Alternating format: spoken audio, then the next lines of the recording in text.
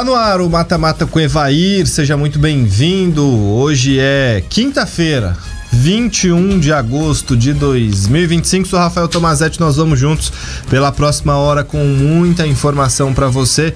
Vamos falar da classificação do Flamengo, brasileiro, mais um brasileiro nas quartas de final. O segundo tem ainda Botafogo, pode se classificar. O Palmeiras, que já tá praticamente lá e deve cravar hoje sua classificação. Quem sabe 4 de 8, né? 4 brasileiros de 8 participantes nessa segunda fase. E ainda dá para ter aquilo que nós falamos ontem, só Brasil e Argentina como times restantes da Libertadores aí. Sul-Americana, uma batalha campal lá na Argentina. E o Vasco, depois do 6-0, não sei se podemos dizer que voltou à realidade, perdeu de 2-0 para o Juventude lá em Caxias do Sul. Vamos falar de tudo isso sempre com a sua participação a partir de agora no nosso Mata-Mata com Evair. Evair que está aqui ao meu lado na bancada. E aí, Evair, joia? Tranquilo? Não deu pra secar ontem. Não deu. O Flamengo foi muito superior. Eu falei que ia mandar cortar energia lá da rua do Evair. Ontem o vinho deu uma azedada lá na casa do Evair, não ficou tão gostoso. Não ficou docinho do mesmo jeito. Faz parte do métier. Janaína Carvalho, o que você me conta? Olha, tivemos pancadaria, né? Pancadaria lá em Avejaneda, sim, na Grande Buenos e também um critério aqui, curiosidade não, né, de repúdio, lá na arena, na Beira-Rio, torcedores do Inter estavam quebrando o material de trabalho dos jornalistas que estavam lá cobrindo o jogo. Eu não sei porquê, eu não entendo essa veia de violência que as pessoas expressam no futebol, viu? Eu, sinceramente, gostaria de entender. Você vê um país que aqui na América Latina tem índices criminais mais baixos que a média, por exemplo, o Chile. Olha o que a torcida de Laú já teve aquele problema com Fortaleza e mais um, né? Ontem lá em Avejaneda, uma batalha campal gravíssima, duríssima, coisa horrível, o jogo precisou ser cancelado, sei lá o que vai acontecer com esses times agora. Teve um torcedor que caiu de cima da arquibancada, não, né? Assim, não dá pra entender. Enfim, a gente vai falar desse assunto também daqui a pouco. Tá no ar o Mata-Mata com o Evair. Coisa boa agora. Bom, vamos lá, a Janaína já tá até... Tô emocionada. Tá, porque ontem foi um baile do Flamengo lá no Beira-Rio, viu? O Flamengo chamou o Inter pra dançar e o Inter foi 2-0 pro Flamengo, o gol do Arrascaeta no primeiro tempo, e foi relativamente cedo, 26 minutos de jogo, já acaba com ímpeto colorado ali, porque abre 2 gols de diferença. O primeiro jogo no Maracanã foi 1-0 pro Flamengo. No final, a gente viu aquele gol do Pedro, a defesa do Inter parece que nem tava lá. Assim, foi um espaço gigantesco para armar jogada. O Pedro apareceu livre e fez 2-0 pro Mengão, que avança na Libertadores, tá nas quartas de final, e o Inter tá fora.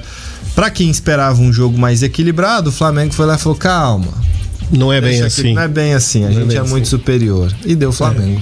É verdade, não foi bem assim mesmo. A gente esperava, eu pelo menos esperava Também esperava um jogo mais equilibrado. Uma abafa do Inter que pudesse, né, marcar pressão lá em cima e buscar na força física. Quando acabou um pouquinho, ali pelos 15, 20 minutos, já tomou 1-0, aí ficou muito difícil. Aí o Flamengo demonstrou que tem muito mais elenco, muito mais grupo e muito mais preparado pro Inter para ter passado. E sabe o que eu achei curioso? Para um time que estava precisando vencer, teve uma chance clara de gol, que foi uma bola na trave. E foi o único chute E foi o único. E no primeiro tempo teve uma bola que o Rossi defendeu. E ainda foi um chute bem fraco de fora da área. Então, ele não mostrou reação nem força, nem para tentar vencer o jogo. Pela segunda vez eu tentei buscar algo de bom do centroavante do Inter, né? Que substitui 2 caras bem experientes dentro do futebol, né? Mas mesmo assim não consegui, a bola não chegou no menino. O Ricardo. E ele teve dificuldade, a bola não chega para centroavante. Todo centroavante que a bola não chega tem as suas dificuldades, morre de fome. Eu acho que esse jogo é o retrato da temporada do Inter, que é um time que promete muito, todos não vou dizer todos, talvez tinha um torcedor rubro-negro que esperasse um confronto mais fácil, mas acho que a maioria das pessoas esperava um duelo mais equilibrado, com o Inter com o Beira-Rio lotado, partiria para cima do Flamengo, e se não passasse, pelo menos traria dificuldades ao rubro-negro. E o que a gente viu mais uma vez foi um time sem qualquer inspiração, sem a movimentação necessária para furar a marcação do Flamengo, com dificuldades de marcação também, e que não empolga ninguém. Então é o retrato da temporada do Inter, promete tudo e não entrega nada. Eu vi um comentário pós-jogo assim, ó, que todo mundo esperava um jogo difícil pro Inter, mas ninguém esperava que fosse tão fácil pro Flamengo. O Inter não teve muita, não esboçou muita reação pra nada, né, em nenhum momento. E a vida do Roger complica, né? Porque assim, não é uma desclassificação pro Flamengo hoje não é o fim do mundo. Porque hoje o Flamengo tem um elenco muito forte. Só que o conjunto e a obra, a sequência do Roger, a quantidade de resultados ruins, a falta de entrega, isso complica muito a vida dele. E o pior de tudo, o próximo jogo dele é contra o Cruzeiro. E o Cruzeiro precisando voltar a vencer dentro do Campeonato Brasileiro. Por outro lado, o Flamengo mais uma vez demonstra ter elenco, força física, determinação, time corajoso, mesmo precisando, jogava só pelo empate, os seus laterais apoiava de boa, chegou lá na frente, chutou para gol. Então é um time que sabe o que quer dentro da competição, né? Demonstra coragem, o tempo todo gosta do jogo, gosta de jogar, né? E é um time que merece ter passado pela maneira que se comporta dentro de campo, pela maneira que enfrenta seus adversários. Eu vou guardar essa afirmação do Evair, que eu quero fazer uma pergunta para vocês daqui a pouco. Antes, vamos ouvir o Alan Patrick, que é o cara do Inter e tem andado desaparecido. Ontem você encontrou o Alan Patrick? Ontem eu não vi. Mais uma vez, procurava o tempo todo algumas jogadas, alguma bola bem passada, tal, mas bem marcado, não consegue desenvolver seu futebol. Não, mas como a gente falou aqui esses dias, marcou o Alan Patrick e acabou o time do Inter. Vamos ouvir então o jogador que ontem foi marcado e desapareceu em campo. Temos que ter humildade de reconhecer a superioridade do adversário. Realmente não conseguimos criar tanto no jogo de lá quanto no jogo em casa. Tentamos, dentro da nossa proposta, nos impor, pressionar a equipe deles, mas acho que faltou na questão de assumir o protagonismo, de ter mais a bola, de tentar as jogadas. O Flamengo nos colocou dificuldade, se resume em que o adversário foi melhor e passou nessa eliminatória que foi melhor. Eu acho que a frase dele ali faz sentido. A gente tem que reconhecer a superioridade do adversário. Se a gente somar 180 minutos, o Flamengo é o favorito. Mas também temos que reconhecer que era esperado que o Inter fizesse alguma coisa para tentar diminuir essa superioridade, e não aconteceu. Simplesmente não jogaram, né? Um time que se defendeu no Maracanã praticamente o tempo todo, e em casa, quando se esperava que fosse buscar o resultado, não fez. E esperavam, acho que num todo esperavam um resultado diferente, até porque a chuva de papelzinho picado que aconteceu no começo do jogo era pro final do jogo, para eventual classificação. Então, tanto o torcedor como acho que o país inteiro esperava um Inter um pouco diferente. O Inter, ele tem aquela coisa, né? Ele fica muito dependente do Alan Patrick e necessita de velocidade no seu ataque, né? E os atacantes do Inter não tem isso para poder bater um adversário, para poder puxar um contra-ataque, algo que ele não tinha, até não tinha ontem, né? Que era o contra-ataque. Porém, é um time assim que tem as suas dificuldades, principalmente quando se trata de ataque. Já há algum tempo o Inter sofre com isso, porque precisando de um resultado ontem, precisando vencer no Maracanã, nem contra-ataque, nem no primeiro jogo teve boas oportunidades para puxar, e isso leva a crer que o Inter realmente pode até ter um bom meio de campo, bem postado, tal, mas quando você precisa ter criatividade e chegar com velocidade, o Inter lhe falta. Mas aí eu vou para aquela pergunta: falta material humano pro Roger trabalhar lá no Inter? Ele tem o Alan Patrick, Tem o Wesley, tem o Tabata, tem o Rodrigues e o Thiago Maia lá no meio campo. Então, Tabata é um jogador que a gente também não viu em campo, né? Infelizmente, não tem jogado bem. Não joga bem, não sei como é que é até titular num time como esse, né? O Inter necessitando de um jogador mais agudo, né? Que, na minha opinião, Tabata e Alan Patrick têm as características bem parecidas, né? São jogadores de puxar qualidade, de trazer a bola, de fazer rodar a bola com uma certa habilidade. E na minha opinião, o Inter precisa mesmo de jogadores que tenha mais correria, que tenha seja mais afinco naquilo que quer, né? Buscando mais o gol. E esses jogadores, principalmente pelos lados do campo, faltando velocidade, não tem como Alan Patrick nem mesmo o Tabata poder servir esses caras. E o Roger também precisa dar um fôlego novo pro time, né? Coisa que ele não tá conseguindo fazer. Ele não tá conseguindo achar uma estratégia pra fazer com que o Inter jogue bem. Porque um jogo contra o Palmeiras, um jogo contra o Flamengo, que são uma diferença de elenco muito grande, ok. Mas eles não estão conseguindo jogar nem com times ali que estão no mesmo nível. Eu acho de fato preocupante esse desenho que você faz. O Inter até conseguiu somar pontos razoáveis. Mas não jogando bem. Exato. E o desempenho do Inter é preocupante. Eu vou propor um desafio para vocês, para nós fazermos no segundo bloco. Vou trazer o time reserva do Flamengo, jogadores que estavam na reserva ontem, e nós veremos a quantidade deles que caberiam no time titular do Inter, que era apontado no início do ano como um dos potenciais times que quebraria aquela dualidade Flamengo e Palmeiras. E aí vocês me dizem a diferença dos elencos. O intervalo é rápido.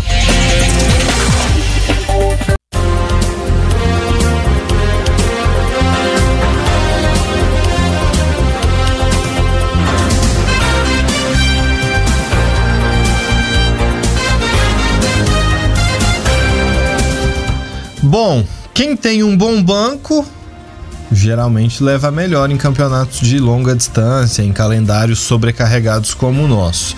E o Flamengo, rapaz, o Flamengo tem uns 3 bancos bons, não é só um não. Vamos fazer uma comparação do time titular do Inter ontem com os reservas à disposição do Felipe Luiz, só pra gente notar a diferença de plantéis. O Flamengo tinha no gol ontem, reserva, o Matheus Cunha. O Inter, na minha opinião, embora tenha falhado ontem, o Rocher é melhor que ele. Então aí eu acho que o Rocher vai levar, certo? Vocês concordam? O Rocher. Acho que é por conta da sequência. Apesar do erro ontem. É um goleiro daquela estatura, né? Da maneira que joga, soltar uma bola do jeito que soltou, não é admissível. E ele não fez isso uma vez, né? O negócio é que as outras vezes que ele fez isso ontem durante a partida não terminou em gols, né? Mas ele teve uma bola também que ele pegou assim no cantinho, ele pegou e soltou a bola. Um time que precisa tanto vencer, o goleiro comete um erro daquele. E cedo, né, no jogo, que deu esse 1-0 aí. Bom, na lateral direito, o Flamengo tinha... Vamos falar que tinha o Emerson Royal, que recentemente foi jogador de seleção brasileira.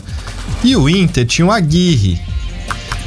Eu não sei, mas eu acho que o Royal joga nesse time do Inter. Com certeza. Ainda mais com os pontos que o Evair levantou sobre os laterais aí do Inter. Com certeza. Exatamente. Na esquerda, Ayrton Lucas é o reserva do Flamengo, e o Bernabé, que é muito novo ainda, é titular do Internacional. O Evair queria o Ayrton Lucas no Palmeiras. O Ayrton Lucas jogaria se ele fosse do Inter, ele seria titular, certo? Sim. Na zaga, o Flamengo tinha ontem, deixa eu ver aqui quem estava à disposição ontem do Felipe Luiz na defesa. Rapaz, pior que não tinha zagueiro, né? Tinha o Alan, né? Não, o Alan é volante. O volante. Danilo não estava no banco? O Danilo, exato. Tinha o Danilo e no Inter tinha Vitão e Juninho na defesa. O Danilo eu acho que cavaria no meio desses dois aí, algum ele substituiria. Seria titular. Eu acho que sim também. É um jogador que não vai jogar todas as partidas, não iria jogar todas as partidas, mas... O Rodrigues e o Thiago Maia no Inter são os volantes, e o Flamengo de volante tinha lá o Alan, o Everton Araújo poderia até jogar ali, o De La Cruz poderia jogar ali também, embora façam funções diferentes, né? São mais ofensivos, mas eu acho que se você, sobretudo o De La Cruz e o Alan conseguiriam jogar nesse. Com certeza, um do lado do outro, pode colocar e soltar. Tá certo. Agora vamos pra parte mais ofensiva ali desse meio campo. O Bruno Tabata, o Alan Patrick e o Wesley, certo? Desses aí, ó, as opções que o Banco do Flamengo daria ao Internacional se a gente fosse fazer essa comparação aí. Numa ponta tá lá o Tabata, que você criticou. Poderia jogar, por exemplo, o Alacian, um menino. Aí você fica na dúvida ali se joga ou não. Tem o Cebolinha, é outra opção que ele poderia utilizar. Luiz Araújo, jogaria? O Luiz jogaria. Certeza. Carrascal, que chegou agora, veio comprar. Esse precisa esperar um pouquinho, né? Pra ver se. Ainda não deu tempo de ver ele jogando, nem pelo Flamengo. Everton Araújo. Eu não gosto muito dele. Mas jogaria você acha que ele jogaria no lugar na outra ponta do Wesley? Ou você acha que você manteria o Wesley? Talvez pela fase que tá passando o Wesley, talvez sim. E o Alan Patrick a gente manteria. O Alan Patrick sobressai. Agora, no ataque, o reserva do Flamengo era simplesmente o Pedro. E o titular do Inter era o garoto Ricardo. Então não tem discussão, né? Basicamente... Dá pelo menos uns 90%. Exato. Basicamente a gente manteria do time titular do Inter o Rocher, o Alan Patrick. Basicamente a outra composição. E o Wesley, talvez. E aí o Flamengo ainda tem outras peças, né? Porque a gente quer esperar pra ver o Carrascal, mas na teoria o Carrascal é melhor que o Carrascal é jogador Wesley. De seleção. Exato. E na teoria ele é melhor que o Wesley. Então o Flamengo tinha à disposição, o Felipe Luiz tinha à disposição um banco que por si só era melhor que o time titular do Inter. Mas sabe o que também me impressionou bastante? É que não tem mais aquela garra, né? Que todas as vezes que a gente ia jogar lá no Sul, jogar contra Grêmio e Inter lá, a gente sabia que... Era carrinho o tempo todo. Não, o empate era ótimo, sabendo... independente dos times que tinha, independente dos times montados por Inter e Grêmio, a gente não viu isso, né? E isso sim é que chama atenção, aquela vontade, aquela pegada de poder querer tirar mesmo. O Flamengo toda hora tocava a bola como queria, de boa, sabe? Eu acho que faltou isso também. Eu acho que assim, o Flamengo tem aumentado muito a diferença do seu elenco pros outros. Gente, vamos lembrar, o Inter no início do ano a gente tratava como um time que poderia interromper aí esse ciclo Palmeiras e Flamengo, poderia brigar com esses times lá em cima. E o banco do Flamengo é simplesmente superior a praticamente todo o time titular do Inter. Então é uma diferença abissal, colossal. Mas pra ver a diferença do Flamengo pro Inter, tem as chances, o Flamengo tem 10 jogadores que podem estar na próxima fase aí das eliminatórias da Copa do Mundo, né? Na próxima data FIFA. 10 jogadores, gente, isso é uma coisa absurda. É praticamente um time inteiro, né? E vai ter jogador que hoje é reserva do Flamengo, vai estar em sua seleção. Assim, não vão os 10, porque pra seleção brasileira, provavelmente dos 5 indicados, não vão 5. Mas ter numa pré-lista pra próxima fase essa quantidade de jogadores é uma coisa absurda. É muito, muito grande. Bom, e o Felipe Luiz, hein? O pessoal ontem perguntou pra ele, e aí, cara, você vai fazer igual o Jorge Jesus, vai ganhar Libertadores e Brasileiro? Vamos ver o que respondeu o treinador do time rubro-negro. Bom, primeiro que eu não posso nunca comparar times passados ao meu time, são jogadores totalmente diferentes. Eu não posso nunca, jamais me colocar à altura do treinador que estava naquele momento, que era o Jorge Jesus, que se não é o melhor da história, um dos 2 melhores que passaram aqui no Flamengo. Nunca vou fazer algo parecido com o que ele fez. Vou fazer a minha história, o que eu estou aqui para fazer do meu jeito, da minha história, mas sim com esse DNA do Flamengo, que eu aprendi, que eu conheço desde pequeno, e que é tentar fazer isso, amassar o adversário o máximo tempo possível. Já falei várias vezes, muitas vezes não conseguiremos, muitas vezes jogaremos mal, muitas vezes até jogaremos bem e vamos perder jogos, ou vamos jogar mal e ganhar. Assim é o futebol, mas a proposta, o modelo de jogo tenta fazer isso, tenta sempre propor jogo, sair jogando com a bola no chão, pressionar o adversário, e tentarei fazer isso do meu jeito, da minha forma, com os meus jogadores, que todos eles, e principalmente os que chegaram, todos querem fazer história aqui no Flamengo, querem botar um quadro na parede, e os que já têm muita história querem fazer mais ainda, porque o Flamengo hoje te permite essa possibilidade com as contratações que pode fazer. Aquele Flamengo do Jorge Jesus era um time que jogava um futebol extremamente vistoso e que, cara, era difícil ganhar daquele time, viu? No Brasileiro chegou a bater o recorde de pontos, né? Acho que é o recorde até hoje, lá em 2019. E é difícil mesmo alcançar o que fez aquele time, mesmo que eu acho que o elenco de hoje seja bem superior àquele Flamengo de 2019. Você acha aquele elenco superior? O elenco de hoje eu acho superior àquele. Não pode ser. Elenco. Não, o elenco. Não tô falando de 11. Ah, tá. Se você falar o elenco, talvez sim. Eu não lembro qual que era o elenco daquele time. Não, era bom também, mas hoje você tem muita opção. Eu lembro que os 11 do Flamengo era tudo primeira linha de jogadores de seleção. Felipe Luiz era um deles. Era Felipe Luiz, Pablo Mari, Gabigol, Arrascaeta, não vou lembrar de todo mundo agora. Quem era o lateral direito mesmo, que era criticado pra caramba? Lateral Rodinei. Ele era criticado pra caramba e toda vez o cara parecia um trator dentro do campo. Ele passava por cima dos caras, cruzava bem. Mesmo assim, um ou outro pegava no pé do Rodinei. Vou até puxar aqui o elenco do Flamengo em 2019 pra eu lembrar tudo. Tinha Rodrigo Caio, né? Tinha o Rafinha já tava numa fase de declínio ali, né? Mas era um bom lateral também. O Juan ainda jogava bola, o zagueiro Juan. Ele era reserva, né? Era reserva. Jean Lucas, que hoje tá no Bahia, tava lá. Tinha o Ilharão, o Diego Ribas. O Ilharão era titular, às vezes, a maioria das vezes. A maior parte das vezes. Gerson tava lá. O Everton Ribeiro era titular, né, no Flamengo, jogando muito bem, inclusive. Só que aí você vai comparar o elenco, Evair. O Flamengo tinha no ataque, por exemplo, vou te falar, tinha o Henrique Dourado, né? O Gabigol, que a Janaína citou. Mas se você for comparar o elenco, o de hoje vai ganhar. Tinha o Bruno Henrique. Aqui, ó, por exemplo, a escalação que foi campeã da Libertadores. Ó, foi Gabigol, Bruno Henrique, Arrascaeta, Everton Ribeiro, Gerson, Ilharão, Felipe Luiz, Pablo Mari, Rodrigo Caio e Rafinha. E o Diego Alves no gol.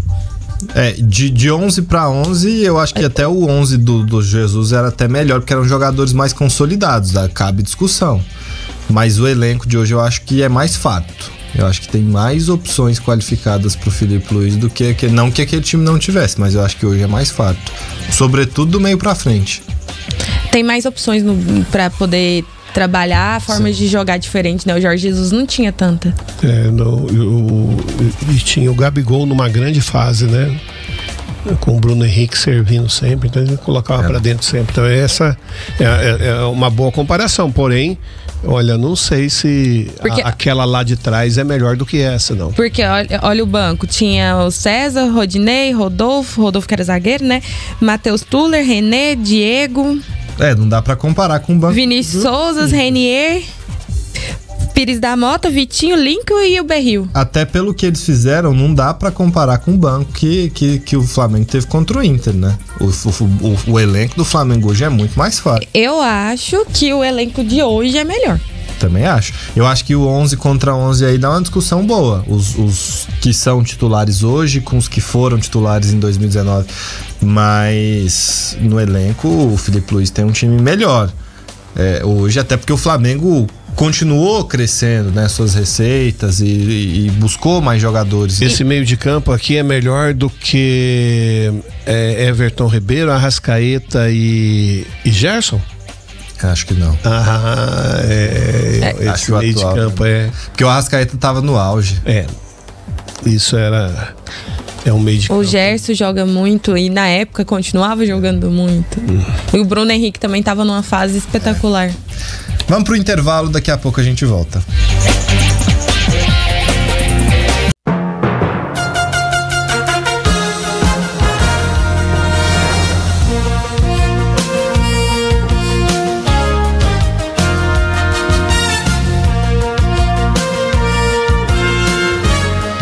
Mata-mata tá de volta. Antes da gente falar do Vasco no Brasileiro, que coisa, hein? A torcida de Laú já protagonizou aquela cena de batalha campal de guerra lá na fase de grupos da Não, tô confundindo aqui, gente. Eu tô pensando. Colo. Eu tô pensando aqui, mas parece. Vocês têm que me corrigir. Não, nem eu. Mas eu me corrigi, lembrei antes. Eu lembrei, não, foi no Colo-Colo, porque foi outro time chileno, né? Mas ontem lá em Avejaneda, outra cena envolvendo um time chileno. Que é muito estranho, né? Porque é um povo ordeiro. Exato. Eu já estive lá no Chile há muitos anos atrás, mas assim, uma educação, tudo bem cortês, que não... Tirando o trânsito. Aí é outra. Com exceção do trânsito chileno, de fato. Olha, então deve ser muito ruim, né? Porque pra você que tá acostumado a andar aqui na nossa região, tá reclamando do trânsito de algum lugar. A falta de educação que se tem no trânsito em Santiago, ela supera qualquer lugar que eu já estive no Brasil, inclusive São Paulo. É muita, assim, enfim, deixa isso pra lá. Mas o fato é que teve uma batalha campal lá em Avejaneda, no estádio Libertadores da América, no jogo entre Independiente e Colo-Colo, e Laú, a Universidade de Chile. Na ida, Laú venceu por 1-0 e o jogo estava empatado. O time chileno abriu o placar e depois o Independiente empatou. Teria todo o segundo tempo para tentar virar e levar esse jogo pelo menos para os pênaltis ou se classificar. E Laú defender essa vantagem que construiu no primeiro jogo.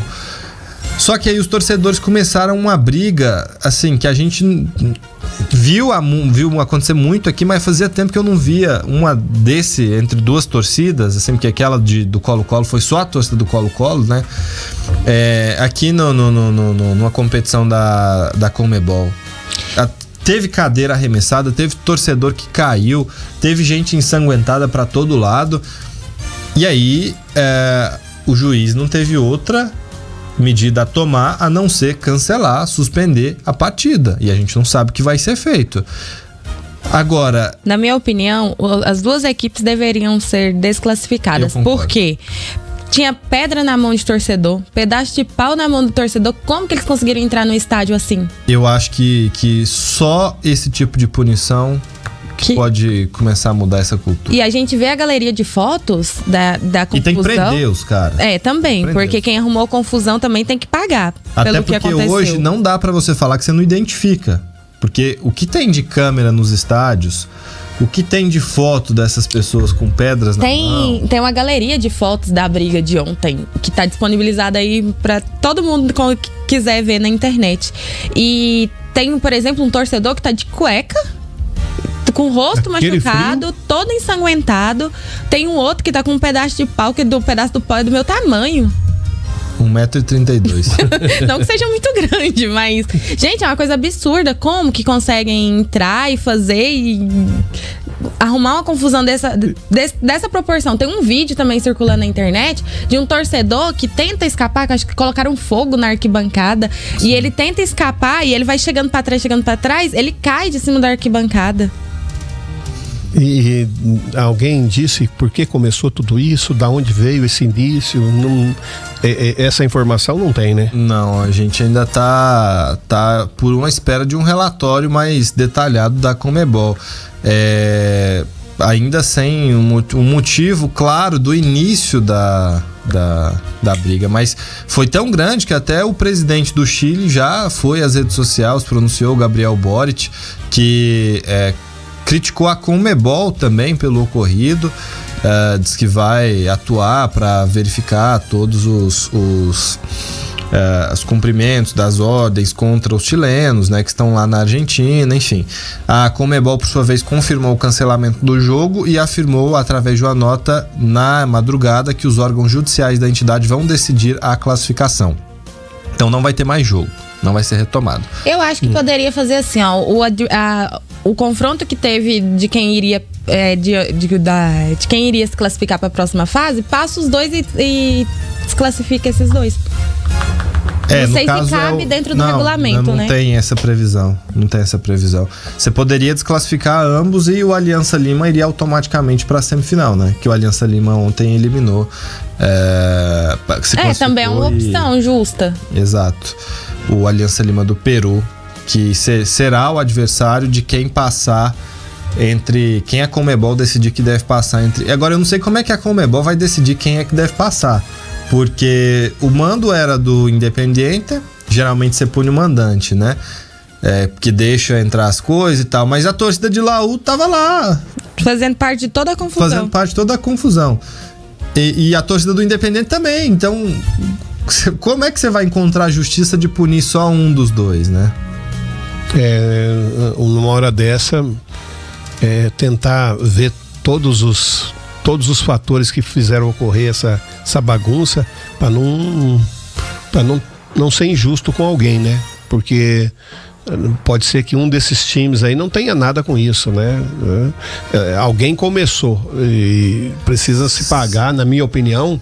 Lógico, você não tem como, às vezes, você tá lá no estádio, não tem como não revidar. Porém, é preciso ter calma, porque numa hora dessa não se pode cometer uma outra injustiça ainda. Achei aqui no jornal argentino Olé uma justificativa pro início, Evair. O periódico diz que a confusão começou no intervalo, quando os torcedores de Laú começaram a incendiar objetos no setor visitante e arremessar cadeiras em direção à torcida do Independiente. Segundo o jornal argentino Olé, foi isso que causou isso. Se isso for verdade, na minha opinião, aí já fica injusto tirar os dois da competição, né? Na minha opinião, porque eu acho o seguinte: houve um início ali que se pune quem iniciou, porque eu acho que o futebol precisa, antes de mais nada, ser disputado lá dentro, deixar essas coisas do lado de fora, que seja julgado de maneira mais coerente possível. E vocês sabem o que é curioso? Normalmente o espaço para visitante é menor, lá no máximo 4 mil torcedores. E aí a torcida de Laú recebeu 5 mil ingressos, que é além da capacidade da parte dos visitantes, porque os dois clubes, a direção dos dois clubes negociou e chegaram num acordo. Vai vir mais torcedor? Tudo bem, toma aqui, vocês têm mais carga de ingresso. E aí a gente teve torcedor do Independiente que teve que pular pro campo para achar segurança, porque tava onde você estivesse ali no estádio, você tinha risco de sofrer algum tipo de ferimento por conta da briga que foi generalizada. E o trauma que as crianças que estavam no estádio vão carregar pro resto da vida? E o aprendizado que elas levam, porque isso tá desde quando o futebol sul-americano existe, esse tipo de cena também existe. Aí é um negócio deprimente. E a gente viu isso em muitos países que tem uma cultura mais ordeira, como o Evair disse, da Europa inclusive, e conseguiram resolver isso com punição adequada e efetiva a torcedores que praticavam atos criminosos, de brigar com os outros. A Inglaterra, por exemplo, que puniu os hooligans, e hoje tem uma coisa chata no futebol da Inglaterra, que não tem torcida? Tem, né? Não tem torcida gritando, não tem torcida cantando, mas também não tem torcedor brigando. Não tem. Você pode assistir um jogo, se você for com a camisa do clube adversário, ficar no meio da torcida do outro time, só pra até te xingar, mas ninguém vai brigar com você, ninguém vai te bater. Isso se resolve punindo os crimes que são cometidos, porque isso está tipificado no Código Penal brasileiro, no Código Penal argentino eu suponho que também seja crime brigar. Mas acontece isso porque não tem punição. Não Sim, tem? Quantas pessoas você vê sendo punido, por exemplo, aqui no Brasil por conta de briga? Não, o que a gente até elogiou a Leila por fazer o óbvio, que é denunciar os vândalos, os criminosos que cometeram aquele atentado lá, jogando bomba na madrugada na concentração do Palmeiras, porque isso era raro, é raro ainda, né? Na maior parte das vezes inexistente no futebol brasileiro. Dá a sensação que os dirigentes têm medo dos torcedores. Sim, são coniventes no fim das contas e não se toma medidas efetivas, né? Bom, a gente já tá terminando esse bloco, pra gente encerrar a discussão sobre as competições internacionais. O Flamengo na Libertadores já tem adversário definido, né? É o Estudiantes, que empatou em 0-0 com o Cerro Porteño, depois de ter vencido lá no Paraguai por 1-0. Acho que o Estudiantes tem que pôr a barba de molho aí, porque tem um time até razoável. E jogar lá é muito difícil, mas teve dificuldade contra o Cerro, que o Palmeiras já mostrou que não é lá essas coisas. Passou por cima. E o Flamengo tem vindo numa crescente e olha, vai ser difícil de derrotar esse time, viu? Não tem o favoritíssimo Flamengo. E o Flamengo tem que passar, se quiser chegar à final, tem que passar de 2 argentinos. Um é o Estudiantes, e se passar pelos Pincharatas, vai encarar ou o Racing ou o Vélez Sarsfield. E eu acho que o Flamengo vai pra final. Pelo caminhar aí, pela maneira que tem jogado, é um time que realmente vai bater lá em cima para ser campeão. Já posso comprar minha passagem para ir pro Peru? Eu acho que você pode. Eu acho que você pode. Eu acho que a possibilidade é muito grande. A não ser que aconteça algo assim, muito uma catástrofe que vier a machucar os melhores jogadores, que não dá certo. Ou um médico divulga lá que o Arrascaeta tá com problema e causa alguém causa uma crise muito importante. Do contrário, vai tranquilo. No momento tem 2 que não tá podendo machucar, que é o Plato e o Arrascaeta. São 2 jogadores importantíssimos. Aproveita que a passagem agora deve estar mais barata. Quando chegar na hora vai estar cara. Ontem eu falei aqui do Aliança Lima, né, que vai pegar ou Universidade de Chile ou Independiente. Bateu lá em Quito, na altitude, né? O Universidade de Quito 2-1, já tinha ganhado de 2-0 no Peru, está classificado para as quartas da Sul-Americana. Sul-Americana que define hoje, com exceção desse confronto paralisado aí, os últimos classificados também, né, para as quartas, assim como a Libertadores. Tem Lanús e Central Córdoba, tem Godoy Cruz e Atlético Mineiro, e ontem também passou o Bolívar, que derrotou o Cienciano do Peru por 2-0, já tinha vencido por 2-0 em casa, venceu 2-0 fora, tá nas quartas e vai pegar ou Godoy Cruz ou Galo. Intervalo, daqui a pouco voltamos.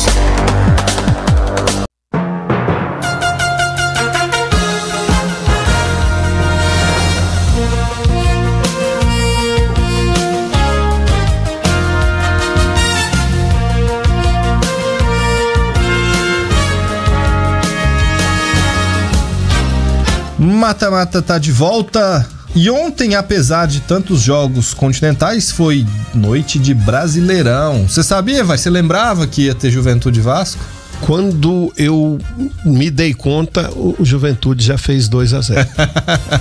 Foi impressionante. Olha que eu lembrei, deixa eu ver se tem algum outro jogo sem ser Flamengo e Inter. De repente fui lá ver.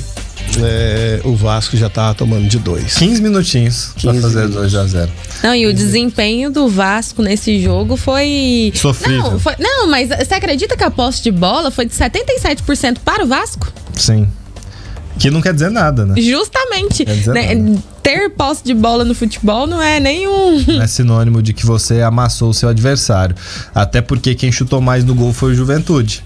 O Vasco deu 2 finalizações ao gol, o Juventude arrematou 5 vezes. Mas você tem que entender que o zagueiro do Vasco era o Tietê ontem, né? Tietê jogando de zagueiro, né? Não sei se o pessoal reparou muito nisso, mas a zaga do Vasco tinha lateral esquerdo jogando de zagueiro, volante jogando de zagueiro, outro volante jogando de zagueiro. Então não é pra qualquer um, não, cara. Só para trazer aqui as informações, Janai, nesse jogo era atrasado da 14ª rodada, que o Vasco tava na Sul-Americana ainda, né? No confronto de playoff. E aí a CBF precisou adiar essa partida, 2-0 pro Juventude, gols de Nenê de pênalti, que mais uma vez renova o próprio recorde de ser o jogador mais velho a marcar no Brasileiro, e do Tagliari. Fez o segundo gol, 15 minutinhos, como disse o Evair, 2-0 já pro Ju. E diferença, né? Depois que o Caprini, como é que é o nome do treinador? Carpini. E depois que ele voltou pro Juventude, né? Ele que conseguiu levar o Juventude pra Série A e agora volta e continua fazendo um bom trabalho, né? Vamos ouvi-lo então? O Carpini, porque... Não separei ele, não. Vai. Eu ia ouvir o Carpini. Mas eu tenho números do Nenê aqui enquanto... Você vai colocar ele ou não? O Carpini? Não, Não. Carpini não. Tá. O Carpini não veio. Não, o Carpini não veio. Tá. Então vamos lá. Comemorando. Ele falou que deixa pra próxima. O Nenê, sob o comando do Thiago Carpini, ele teve 27 jogos, marcou 8 gols e deu 9 assistências. Então é um jogador que o Carpini pode contar com bastante frequência e ele começou com bons como números, titular, né? e ele não vinha sendo titular, até pela idade, é um jogador que vinha jogando menos minutos. E 44 anos, né? É uma idade muito avançada, né, vai? Você sabe, você jogou na posição dele, embora a realidade dos tempos seja diferente, mas ainda assim, pro cara chegar nessa idade. É muito difícil, muito difícil. É lógico, quando o treinador escala um time dessa maneira, ele sabe que determinado jogador vai ter que sair, né? Porque não vai aguentar jogar 90 minutos. Então ele já faz um esquema pensando nisso. Vai que dá certo, deu certo, tô na frente, eu posso até colocar um volante no lugar de um meia, né? Então isso, os treinadores têm essa visão rapidinha e é bacana ver o Nenê fazendo gol ali, mesmo, né? Sendo no Vasco, né? Que a gente torce a favor também. Depende, né? Não, se for um contra o outro, não, né? Aí também é outra coisa, né? Mas assim, Juventude deu uma esticada, né? A gente achava que já tinha caído também, porém já demonstra uma recuperação boa e já se aproxima ali dos quartos últimos ali. Então, com esse futebol aí, se o Juventude mantiver esse futebol, fica. Se manter do jeito que tá aí, vai ganhar. Mas é difícil pra caramba. Tem que fazer, acho que, se eu não me engano, bater 27 pontos. 27 pontos, teria que fazer 10 pontos, bater 10 jogos. É difícil, né? 9 jogos, né? Mais precisamente. Mais precisamente 9 jogos. Mas mesmo assim é difícil pra caramba, né? Tem que ganhar quase metade dos jogos que tem, porque chegou aos 19 jogos, né? Agora, foi a 19ª partida, tá com um jogo a menos ainda. O brasileiro tá com 20 rodadas. Só que tá um ponto só de sair do Z4, né? O Vasco, que é o primeiro time fora da zona de rebaixamento, tá com 19 pontos em 19 jogos, e o Juventude tem 18 em 19.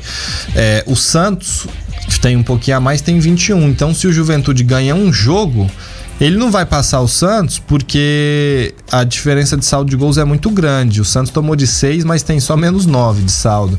E o Juventude tem menos 21. Tomou um monte de goleada no início. Uma delas foi do Flamengo, inclusive, no início do campeonato. Mas o Juventude pega o Botafogo no próximo jogo, no Alfredo Jaconi. Como o Botafogo tem jogado, e talvez poupe até jogador se passar, né, na Libertadores, poupe alguns jogadores pela questão do cansaço, porque, pensa, joga hoje lá em Quito, aí tem a viagem de volta, os caras provavelmente vão chegar extenuados. Se o time passar, vai para um nível de concentração mais baixo. O Juventude pode vencer essa partida. E aí chegaria aos 21 pontos. Mas o jogo é no Rio, né? Não, o jogo é no Alfredo Jaconi, em Caxias do Sul. Uma possibilidade grande, né? Sim. Pois é, se o Juventude vence essa partida, muito possivelmente sai da zona, porque o Vitória vai pegar o Flamengo no Rio. E o Flamengo vai ter um tempinho de descanso, porque o jogo é segunda à noite. Então, e o Vitória é louco pra cair, né? Doido pra cantar, entregando o jogo. O pior é que tem uns times aí que eles estão pedindo, né? Então, tipo assim, pelo amor de Deus, deixa que eu vou cair esse ano. E o Vasco pega o Corinthians em casa. Se o Vasco ganha do Corinthians, beleza, o Juventude não sai da zona de rebaixamento, mas cola no Corinthians também. Aí vai ficar um ponto do Corinthians, o Corinthians vai ficar um ponto da zona de rebaixamento. É esperado, viu? É esperado. O Vairo ficou até feliz. Ele fica tão triste, né, com essas notícias, dá até pena dele. Vamos ouvir o Fernando Diniz, treinador do Vasco, porque que coisa é essa, né? O Vasco ganha de 6-0 num dia, do Santos no Morumbi lotado, 54 mil torcedores, e perde de 2-0 no outro confronto direto com o Juventude lá em Caxias do Sul, sem oferecer resistência. Fernando Diniz, fala pra gente. Ele fez ótimas partidas, ele é o artilheiro do time, inclusive comigo, não é só antes de eu chegar que ele fez os gols. Então, e hoje não dá pra gente colocar a culpa no Veguete, o time teve todo abaixo, tem o Veguete com o primeiro e o segundo gol, por exemplo, aí o outro time baixou a linha e marcou mais forte. Então não adianta a gente achar o Veguete ser o culpado pela derrota. A gente jogou bem contra o Santos, mas jogou bem contra o CSA, como o Veguete estava jogando. A gente ter feito 6, 7 gols no primeiro tempo. Contra o Atlético Mineiro também a gente não jogou mal, e o Veguete também não jogou mal. Era pra gente ter vencido o Atlético Mineiro. Obviamente que é uma possibilidade de jogar sem o Veguete, mas não dá pra gente analisar de uma maneira linear e achar que o Veguete não pode jogar titular no time do Vasco, muito pelo contrário. Falou do Verratti aí, só pra deixar mais claro ainda, né, que o pessoal tem criticado muito o argentino, que foi responsável por muitos pontos que o Vasco conquistou no campeonato lá no início. Agora ele tá numa má fase, vai. E o pessoal não perdoa o atacante que ele não estava quando fez 6-0, né? O torcedor do Vasco já começa a imaginar, será que ele é o problema? Será que ele que tá segurando a gente a não fazer gol? Porém, não é isso, né? A gente sabe que não é isso. É um excelente jogador. Eu acho que é uma injustiça ficar pegando no pé dele, mesmo porque o time do Vasco é um time para brigar lá embaixo mesmo.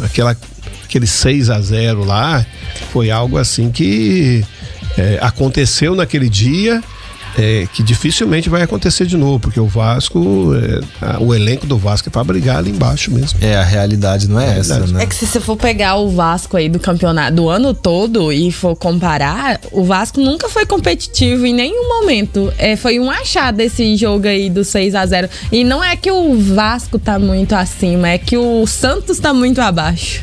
Foi toda uma circunstância, assim, é lógico, não é pra tirar o mérito do Vasco, não, de forma alguma, mas foi toda uma circunstância, porque tem o lance lá que nos ângulos que mostraram, não sei se tem outro, mas nos que mostraram, pra mim a bola saiu no cruzamento, mas tudo bem, discussão superada, foi 6-0.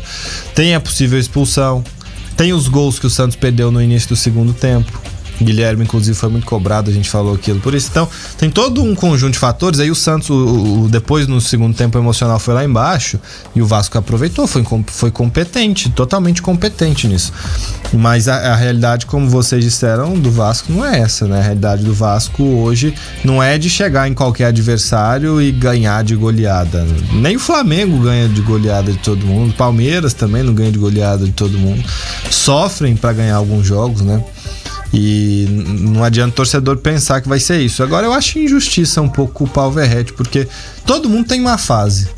Sim, não. Ele tá numa má fase, é claro, mas, não é o jogador, a culpa não é do jogador por estar o Vasco nessa situação. Eu falei antes aqui, o Tietê na zaga, né? Então isso tudo demonstra o porquê que o Vasco tem estado também em situações assim. O 6-0 foi um oásis, né? No deserto do Vasco, porque pega os últimos jogos do Vasco aí, vou até olhar aqui, porque eu acho que foi só essa vitória depois da parada. Me lembrem, me corrijam se eu estiver errado, eu vou até olhar aqui, mas depois que voltou, o Vasco não ganhou outra partida, né? Ganhou do CSA na Copa do Brasil, ok. Mas no Brasileiro, a única vitória do Vasco foi justamente essa contra o Santos. E foi assim uma parada muito benéfica aos times que ficaram aqui, né? Quer dizer, repassar a condição física, repassar um esquema tático. Então, esses times, ele tá um pouquinho melhor ainda com aqueles que vieram, porque, querendo ou não, a fadiga é muito grande dos que foram lá, né? Então isso com certeza fez com que o Vasco sofresse ainda mais e teve oportunidade, né? O trabalho, tempo para trabalhar teve. Que jogo vai ser Vasco e Corinthians, hein? Que jogo vai Briga ser? Briga dos aflitos. Rapaz, 4 horas da tarde, domingo, lá no Rio de Janeiro. Jogão de bola. Esse aí vai ser. E o Corinthians tem um monte de desfalque também, jogador que fraturou a mão, né? Então tem tudo um... Esse aí que nada que tá tão ruim que não possa piorar, né? Na vida do corintiano. Mas chegou a nossa hora de ir embora. Janaína Carvalho, tchau pra você. Já? Tchau. Que isso? Tchau, eu pensei que era o quarto agora. É o quarto. Não, o terceiro, desculpa. Tchau pra você, até amanhã. Até amanhã, forte abraço. Gente, obrigado pela companhia, pelo carinho da audiência. Amanhã a gente tá de volta aqui com o Mata Mata. Tchau.